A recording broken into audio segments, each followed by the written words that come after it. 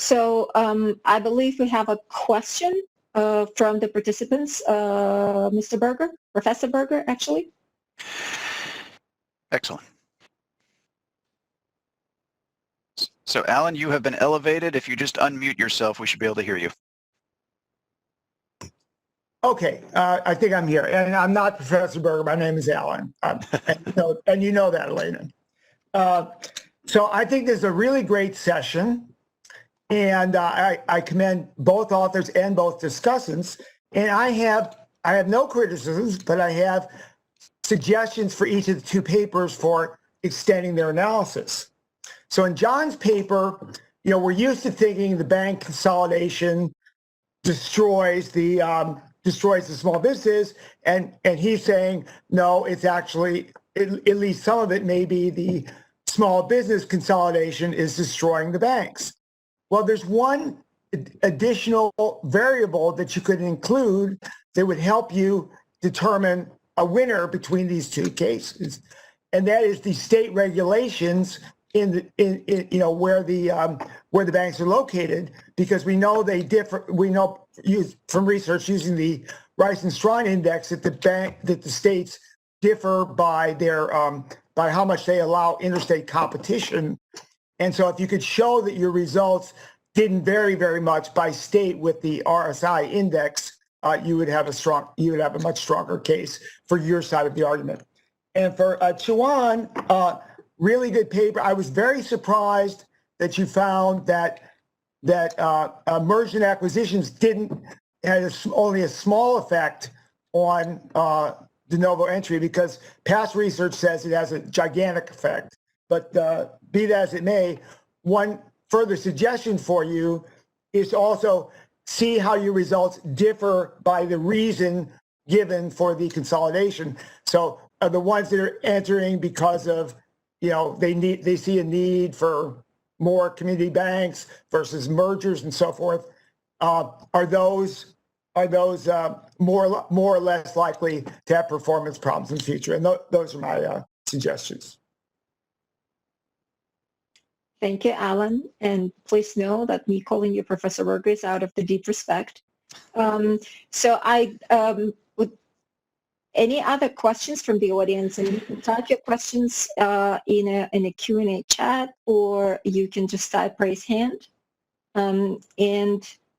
If you don't mind, while we're waiting for some raised hands, I'd love to ask a question from Mike Butler, asking, what do you think is going to be the effect of COVID on the community banking, and whether PPP actually allowed to mitigate that effect in the short term? Yeah, I think the COVID issue is a very challenging one, and the length of the problem will dictate how well banks do. But I think generally speaking, again, I have some biases here.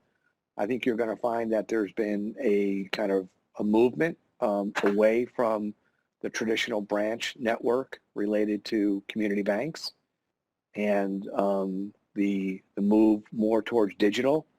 And I think it's going to make the community banking landscape more challenging for those that haven't addressed some form of technology solution for their consumers.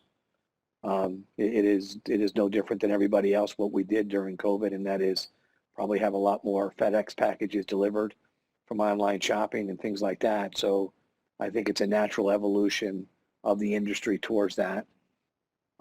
I do think for those that participated in the PPP program, there was opportunities to earn both fees and generate relationships by providing these services. And I would say if you did and you took advantage of that, you're going to come out a stronger small business bank. It was a huge opportunity if you were able to do it, where the governor asked the bank, or the government, the SBA asked the banks to do this.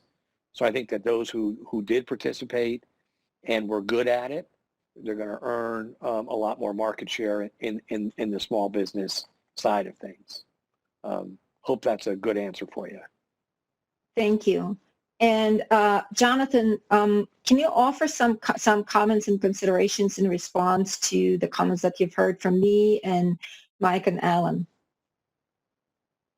Yeah, so thank you for everyone's great comments. I'll sort of start from the back because it's in the forefront of my mind.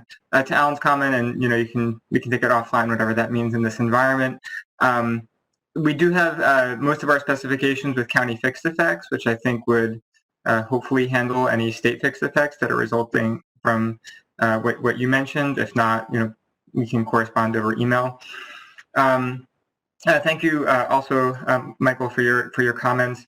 Yeah, I think the gig economy, this is maybe not where you started, but or how you thought about it. But for us, that might pose a challenge in how we think of, how we measure employment. I know gig economy employees don't necessarily show up in the data in the same way. So I think on a data side, that probably wasn't where you're intending to go. But for us, I have to think a little bit about what that means.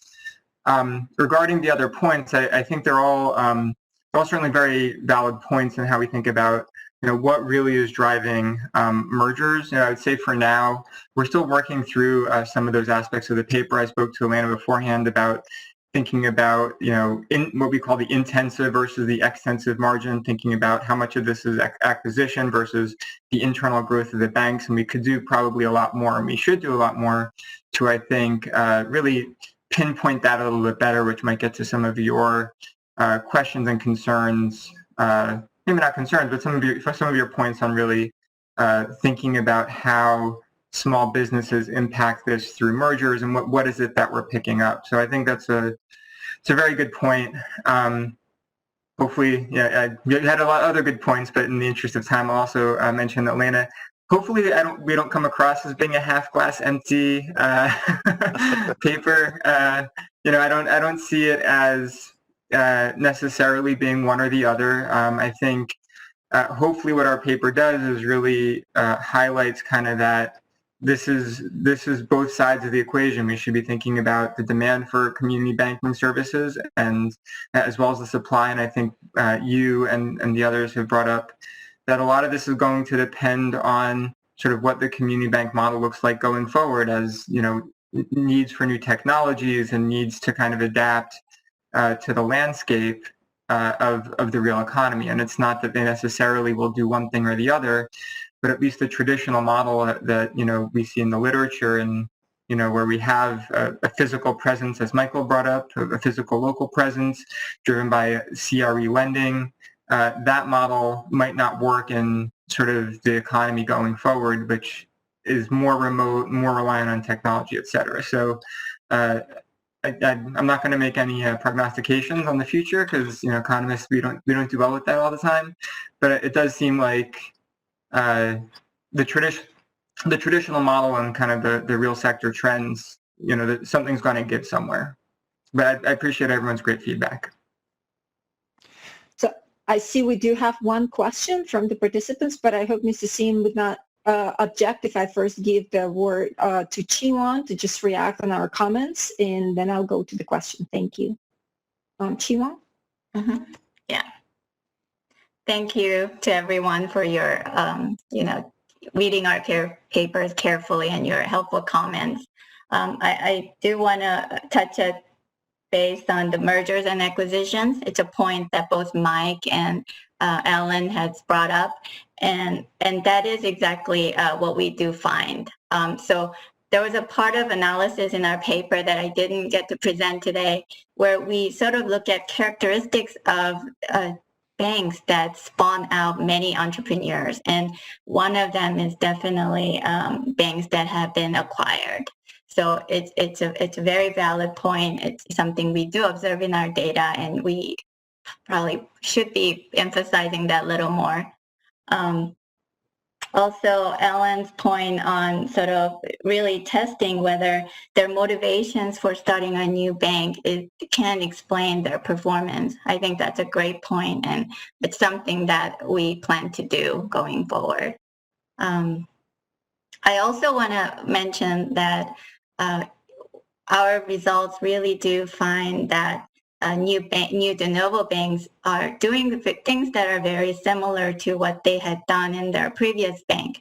But so we have one measure that looks at whether they bring new technology or new innovation. But we recognize that there are many different ways that, although they may be doing similar type of lending, that they could be doing it differently. They could be doing underwriting differently. They could be doing their loans quicker. There are many different ways that we do not capture. So I want to sort of make that caveat that our findings seem to be that they are sort of doing some things very similar, but there could be other ways that they could be doing things differently. Thank you. Thank you, Chiwon. And Thomas you seem to have your hand raised, so please unmute yourself and ask the question. Yes, can you hear me okay? Yes, sir. Okay, perfect. So yeah, I'm Tom Seams, and I'm the senior economist at CSBS. And I just want to commend the authors on a couple of really excellent and interesting papers. And I agree with Alan that the discussants also added a lot of value to that. Mainly, I just have some comments here, not really questions. It's on the first paper, on Jonathan's paper, I'm kind of particularly interested in what the effect might be on some of the states, some of the individual states, and if I was kind of wondering if there's a way to look at that. It might be a follow-up paper, it might be a second paper that does that, but particularly now with the COVID-19 and the lockdowns, we saw the unemployment rate in Nevada and in Hawaii, just as a couple of examples, just skyrocket. And if you look at some indices that look at, kind of the return to normal, they are way down. They are not coming back fast because of their tourism, restaurant, retail-based kind of economies. And so I was wondering if there might be a way to just kind of look at that. I'm not particularly familiar really with the Bartik instrument, but I thought in the paper itself there might be an opportunity to give maybe a little bit more explanation, or go back to some of the original papers that kind of pushed the idea forward. Blanchard and Katz in '92 is an example. And I'm wondering if it's kind of similar to the generalized method of moments, the GMM estimator. And if it is, then maybe say so. If it's not, there might be a kind of a robustness check that could be done there. And the second paper, again, excellent paper. I love the motivation for the paper, looking at the bank entrepreneurs. My question here is, and something to, again, maybe further explore, is that since 2017, I counted there were 24 de novo banks, and 22 of those were state chartered institutions, and 2 of them, only 2 had the national charters. And if you go back to 2005, we had kind of a drought there, as you know, after the financial crisis. But if you go back to 2005, I count 707, and 574 of those were state.